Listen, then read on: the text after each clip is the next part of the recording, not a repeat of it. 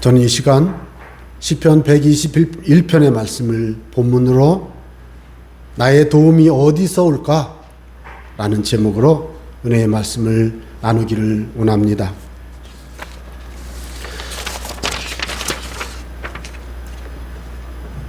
여러분, 병아리가 맹수에게 쪽제비나 고양이나 강아지에게 막 이렇게 쫓길 때 이 병아리가 어떻게 피신하는지 보신 적 있습니까? 요즘 시대에는 그 어미 닭이 알을 부화해서 병아리를 부화해서 이렇게 하는 것을 거의 보지 못하지만 다행히도 유튜브에 들어가 보면 그런 영상들이 있어서 어린이들이 그런 걸 잘 보기도 하고 하지요. 그런데 희한하고 놀라운 것은 뭐냐면 그 노랑 병아리가 삐약삐약 하면서 누구에게로 뛰어가냐면 어미닭에게 뛰어간다는 거예요.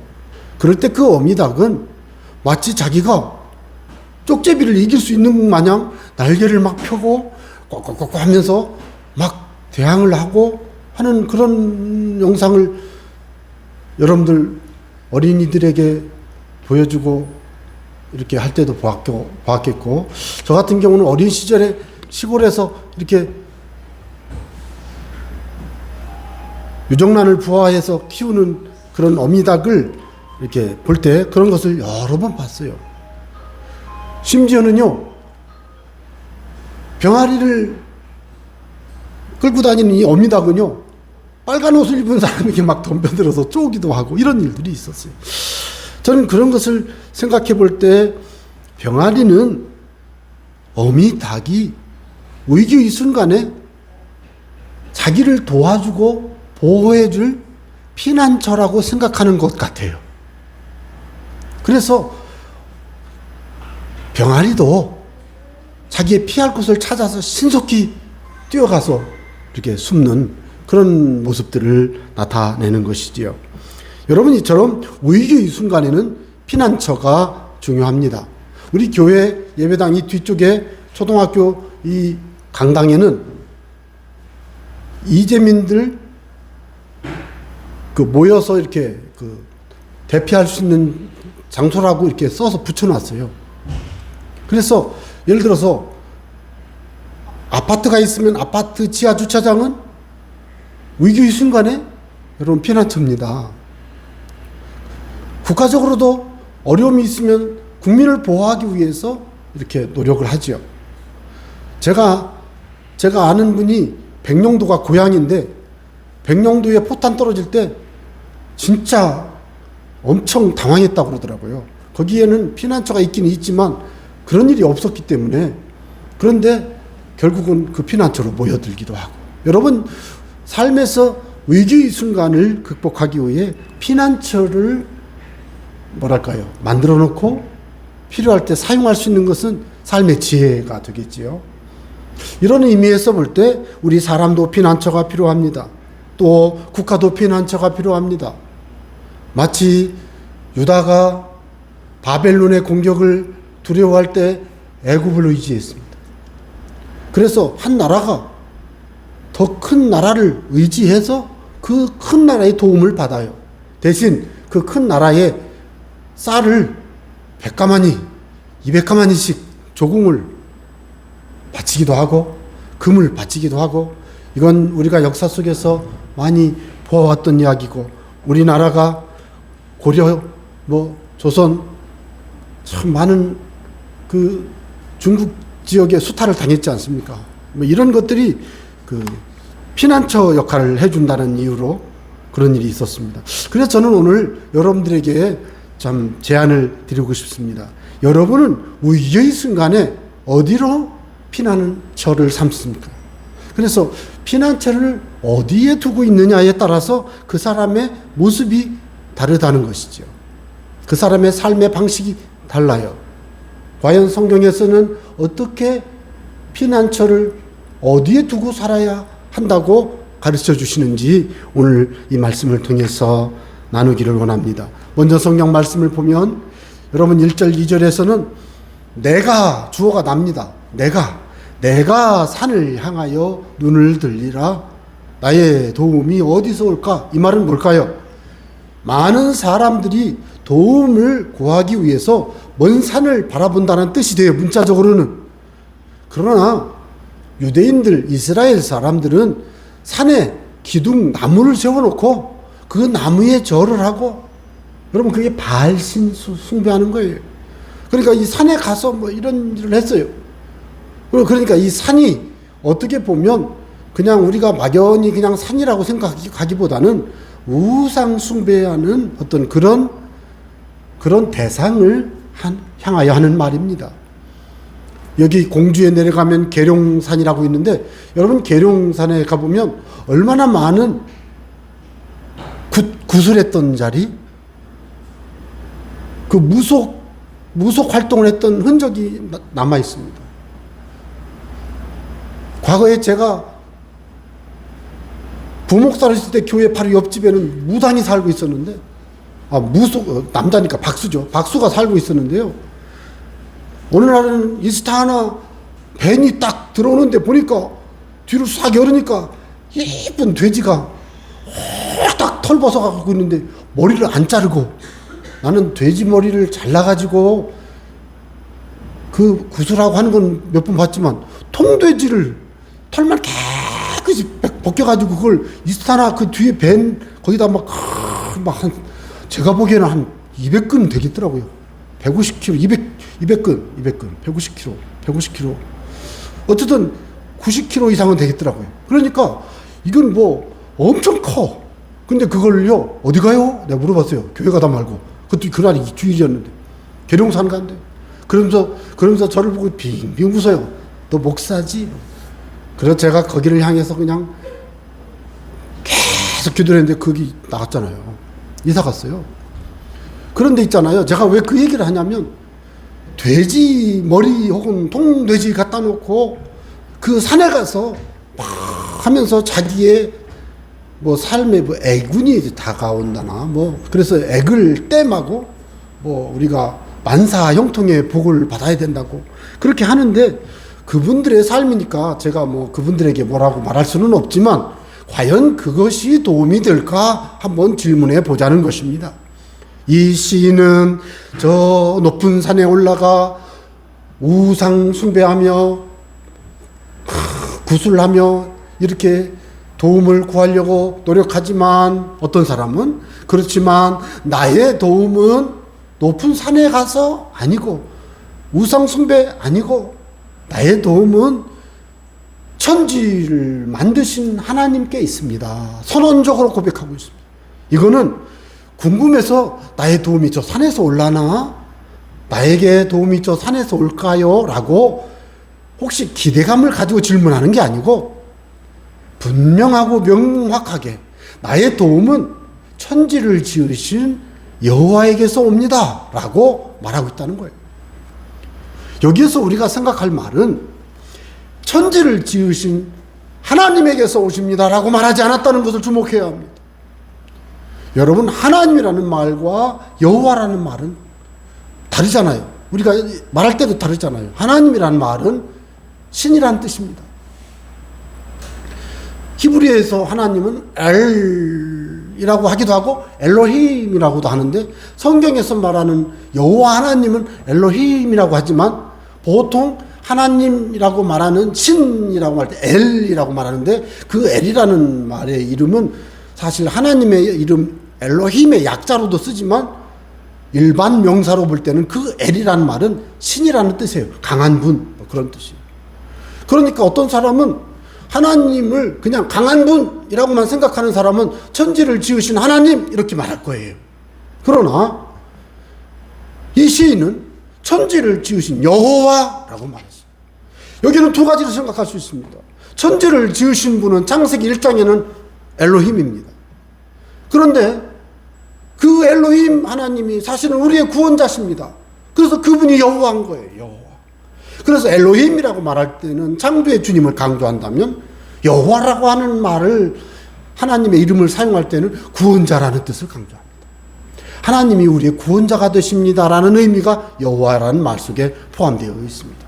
그러니까 이 시인은 나의 도움은 이 우주 만물을 창조하신 분, 창세기 1장에서는 엘로힘이라고 하신 그분, 강한 분, 그분인데, 그분이 나를 구원하신 분인데, 그분이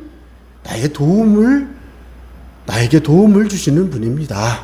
즉, 하나님이 창조주시고 동시에 구원의 주님이시라는 것을 이 시인은 이 고백 속에 담고 있다는 말씀입니다. 그래서 이 시인은 분명하게 선언적으로 말하는 것은 천지를 지으신 여호와 하나님이 나를 돕습니다라고 고백하고 있습니다. 여러분들도 오늘 이 시인의 마음을 마음에 새기시기 바랍니다. 내 인생에 나를 진정으로 도우시는 분은 여호와 하나님이심을 마음에 믿고 새기시기를 바랍니다. 이 시인은 이렇게 선포하듯이 명확하게 선언하고 그 다음부터는 너에 대해서 말하기 시작합니다. 나는 그래. 그럼 너는 어떤가 좀 보자, 이런 뜻이에요. 3절 여호와께서 너를 실족하지 아니하게 하시며 너를 지키시는 이가 졸지 아니하시리로다. 너를 얘기하잖아요. 나는 나의 도움을 주시는 분은 여호와 하나님, 천지를 지으신 여호와 하나님이 분명한데 너에게 도움을 주시는 분은 누구냐? 이런 뜻이에요. 내가 보니까 너를 지키시는 분은 실족하지 않도록 지켜주셔. 너를. 실족이 뭐예요? 발을 헛디뎌서 쓰러지거나 뭐 이런 것을 실족이라고 그러잖아요. 우리의 삶에 어떤 어려움을 당할 때 실족한 거라고 하잖아요. 그런데 하나님이 실족하지 않게 붙잡아 주신다는 거예요. 너를 실족하지 않도록 지키시는 분은 여호와라고요. 여호와. 나에게 온전히 도움을 주시는 분은 여호와 하나님 맞은데 너도 마찬가지야. 알았지? 이런 뜻이 포함되어 있어요. 너를 지키시는 이가 얼마나 열심히 사랑으로 지키시는지 졸지 아니하신다고 말씀합니다. 그러면서 하시는 말씀이 4절 이스라엘을 지키시는 이는 졸지도 아니하시고 주무시지도 아니하시리로다. 여기에서 너는 그럼 누굴까요? 너는, 이 시인은 말하기를 이스라엘 백성들에게 말하고 있는 거예요. 이스라엘 백성들을 향해서 너라고 말한 거예요.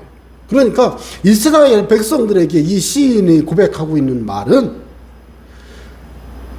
천지 만물을 창조하신 하나님, 우리를 애굽에서 구원하신 하나님, 그분이 나를 도우시는 것은 이미 내가 다 아는데 당신도 그걸 아시오.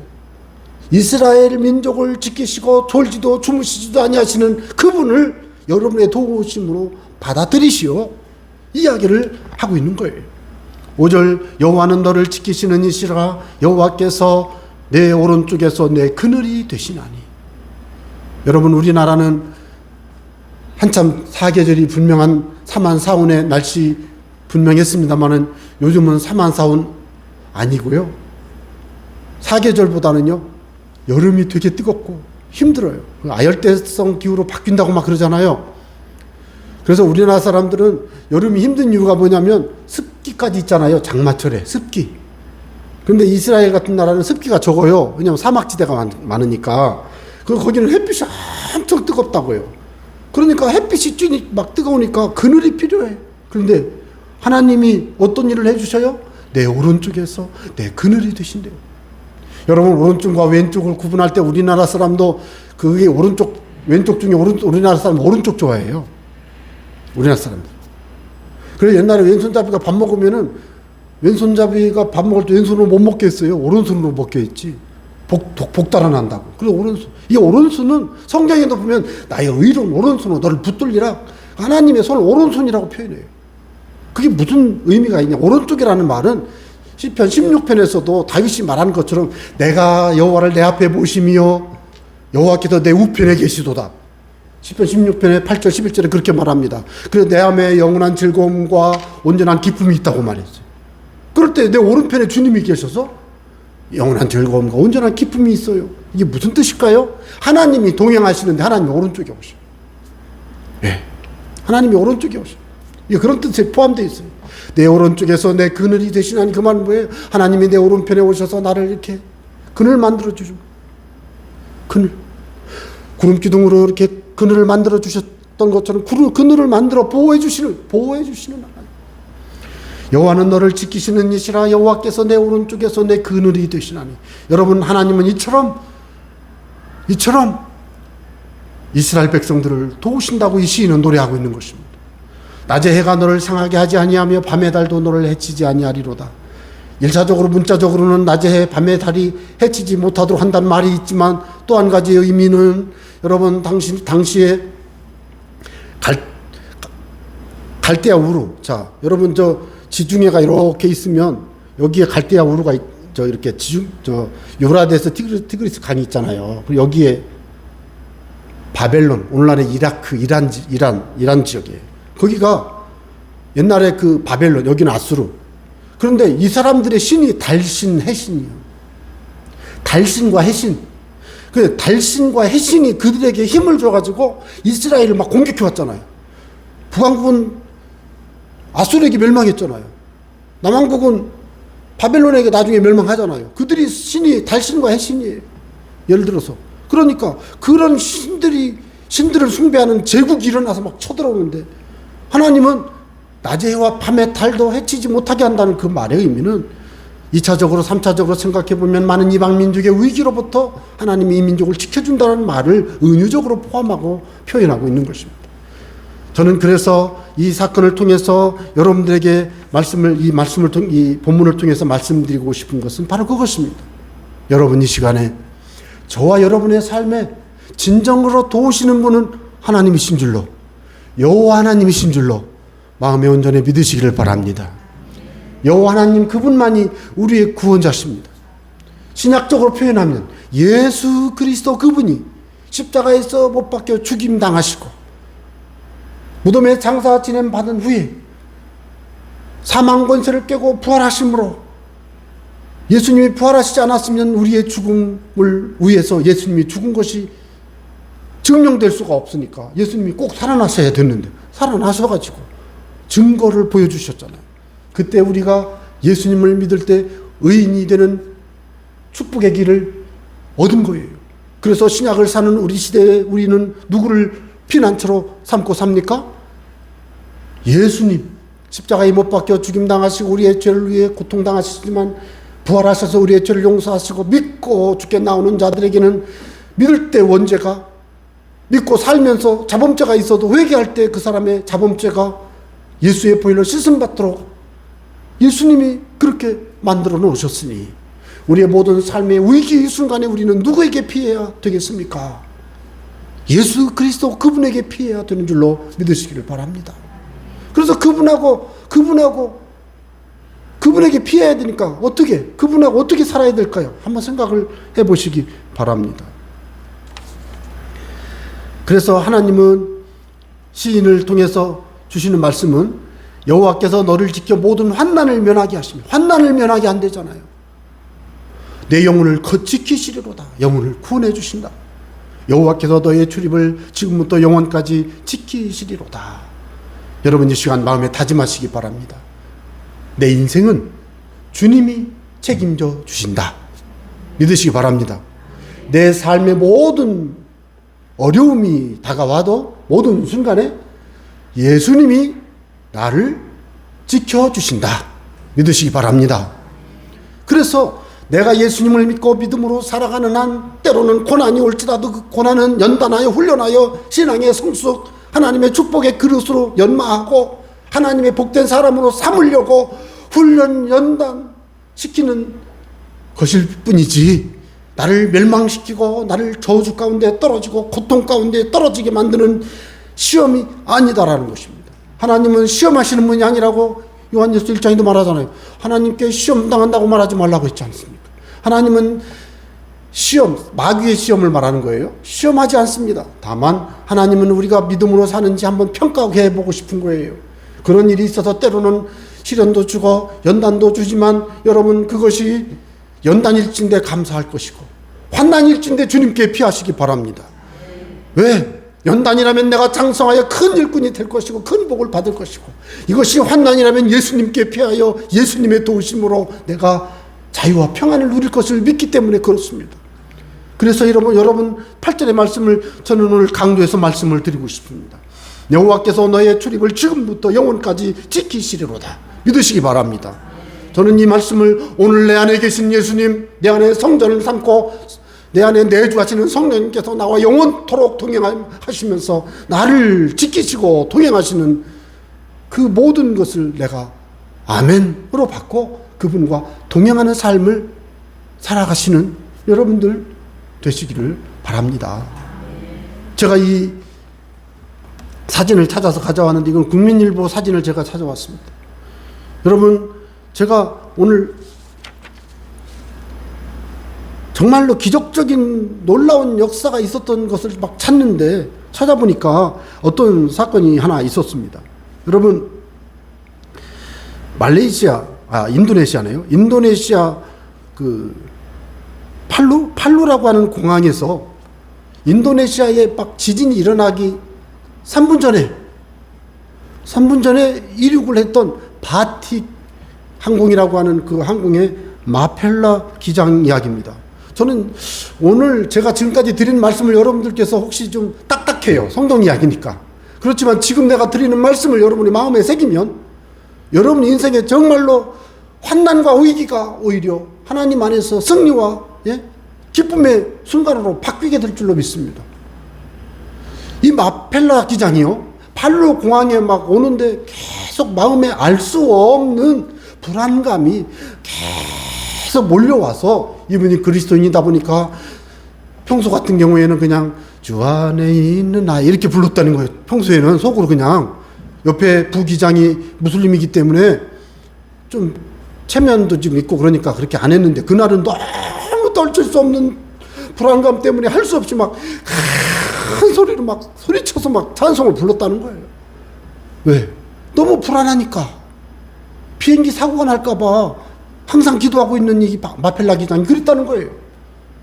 그렇게 기도하고 하면서 계속 찬송을 하는데, 그러면서 와서 팔로 공항에 탁 내려가지고 이제는 거기서 경유죠, 경유. 그래서 또 손님 타고 내리고 이렇게 해서 이제 자기가 정해진 이륙 시간보다 암만 해도 성령이 마음에 감동 주기를 빨리 이 공항을 떠나라. 그랬다는 거예요.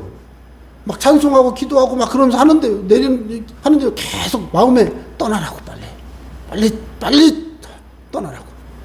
그래가지고 이분이 관제탑에 이제 송신을 해가지고, 나는 정한 시간보다 좀 일찍 좀 가겠다고, 일찍 좀 이륙하게 해달라고 계속 해가지고 허락을 받았어요. 그래가지고서는 신속히 쫙 출발하는데, 이륙을 해서 막 가는데 갑자기 비행기가 구구궁 하는 찰나 쫙 이륙을 했다고 그래요. 여러분, 이거 제가 우리 카톡에 올려놨으니까 꼭 보세요. 저는 그 이야기를 듣고요, 제가 너무 감동했어요. 하나님께서 이런 일을 하시는구나. 저도 많이 경험했지만 제 얘기를 하면 별로 은혜가 안 되잖아요. 그러니까 언론에 국제적인 이슈가 된 이 사건을 제가 찾았어요. 그리고 이분이 말이죠, 인도네시아 가가지고 막 자카르타 가서 간증하고 다니고 난리가 났잖아요. 그분의 이야기가 뭔지 아세요? 자기는 계속 마음에 주님을 생각하고 살아요. 항상 기도하고, 항상 말씀을 묵상하고, 항상 찬송하고, 항상 하나님의 영광을 위해 살아요. 이 조종사다 보니까 이 비행기 사고가 위험하잖아요. 그러니까 비행기 사고를 좀 안 당할 수 있는 방법이 뭘까? 하나님 보호해 주세요. 기도했지 않겠습니까? 그렇게 기도하고 살았는데 갑자기 마음에 감동이 오기를 하나님께서 빨리 이륙하라고, 할 수만 있는 대로 빨리 이륙하라고. 그래가지고 이분이 정해진 시간보다 3분 일찍 이륙을 시작을 한 거예요. 그런데 이게 여러분 비행기 타보셨으면 알지만, 이륙을 하려고 간다고 금방 이륙하는 게 아니잖아요. 막 달려야 되잖아요. 그런데 그 기사를 읽어보면 30초만 늦었으면 140명인가 넘는 그 사람들이, 왜냐하면 활주로가 종이가 말리듯이. 그런데 그 마펠라 기장은 기도하는 중에 성령께서 그 마음에 빨리 이륙하도록 해라. 그래서 할 수 있는 대로 빨리 좀 이륙을 좀 할 수 있게 해주세요. 이렇게 하면서 이렇게 막 기도하다가 하나님 앞에서 쫙 이륙을 했는데 그때 이륙을 해서 정상 딱 궤도에 올라서 돌아서서 보니까 관제탑도 살아났고 사라졌고 여러분 이게요 실제로 있었던 일입니다. 이게 어떻게 가능할까요? 하나님이 여호와 하나님이 신학적으로 말하면 예수 그리스도 그분이 우리의 영원한 피난처가 되시기 때문에 내가 주님 앞에 위기를 만날 때는 주님께 피하면 내 인생에 생명의 길, 축복의 길이 열릴 줄로 믿습니다. 그것을 마펠라 기장이 간증한 거예요. 뭐 그분이 뭐 그렇게 될 줄 알고 했겠어요? 항상 그렇게 산 거예요. 그래서 저는 여러분에게 딱 하나 말씀드립니다. 날마다 말씀을 묵상하며 사시기 바랍니다. 날마다 주무실 때라도 무의식적으로라도 기도하면서 주무세요. 이게 안 되시는 분은 기도가 부족한 거예요. 무의식적으로 주무시면서도 기도하는 사람은 특징이 뭐예요? 잠을 자면서도 기도를 하고 꿈속에서라도 방언을 하고 주무시다 말고도 막 혼자 기도하고 그 정도로 주님과 동행하기 시작하면 그 사람의 삶에는 하나님의 놀라운 보호하심이 있습니다. 왜요? 성령이 함께 계시잖아요. 성령이 돌보시잖아요. 뿐만 아니라 찬송을 부를 때 크게 부르더라고. 크게. 이분이 크게 불렀다고요. 저는 길란 나무에 올라갔던 여호사밧 왕과 아합 왕이 올라갔더니 아람 군대들이 야 저기 아합만 잡아, 아합 왕만 잡아. 그러니까는 막 다 아합을 죽이려고 오는데 금빛 찬란한 갑옷을 입은 사람이 아합인 줄 알고 막 다 달려들어가지고 그 여호사밧을 공격하니까 여호사밧이 막 소리를 쳤어요. 나 아합 아니라고. 그러니까 소리를 치니까 사람들이 아합이 아니네. 그래가지고 또 아합을 찾으러. 그게 성경에 기록되어 있어요. 여호사밧이 어떻게 살아났어요? 불신앙의 사람 아합과 사돈을 맺고 통혼을 하고 이렇게 한 게 그거 얼마나 큰 잘못이에요. 그런데도 하나님이 여호사밧을 구원해 주는 이유가 뭔지 아세요? 위기의 순간에 하나님께 소리쳐서 구한 거예요. 빌립보 감옥에서 매 맞아 아프고 한밤중에 감옥에 갇혀있는 바울과 실라가 사도행전 16장에 보면 큰 소리로 찬송했다고 그랬어요. 그런데 이 마펠라 기장도 팔로 공항까지 오는데 큰 소리로 찬송하면 오는 거예요. 여러분은 위기의 순간에 큰 소리로 찬송하고 큰 소리로 기도하면 어떻게 되느냐? 진실이 표현됩니다. 진실이. 내 마음에 진심이 나와요. 물론 큰 소리라고 해서 다 진심이 아닌 경우가 있지만 진심으로 기도하다 보면 목소리가 커지고 진심으로 구조를 요청하다 보면은요 동네가 떠나가도록 막 불이 났습니다. 불이요 할 때 동네 사람 다 들려요. 왜요? 진심으로 너무 다급한 사람은 소리가 나게 돼 있어요. 그래서 여러분 신앙생활에서도 때로는 찬송이 커지고 기도가 커지고 하나님 말씀을 읽다가 너무너무 감동해서 주여 막 그럴 때 성령이 기뻐하시고 성령이 역사하시고 마음에 감동이 오고 여러분 그럴 때 그 사람은 위기와 순간 환난의 순간이 와도요 성령이 지켜주시고 말씀이 이끌어주시고요 그 사람의 마음에 감동을 주시죠. 이것이 바로 피난처를 예수님으로 삼은 사람들이 드리는 어떤 승리의 모습이라고 저는 믿습니다. 이런 은혜가 여러분 코로나19 바이러스의 위기의 환난 그리고 여러 가지 개인적인 삶의 어려움 그 어떤 것이 있을지라도 저와 여러분 가운데 예수님을 피난처를 삼아서 날마다 승리하는 기쁨의 삶이 되시기를 오늘 말씀을 통해서 그렇게 부탁드립니다. 기도하겠습니다.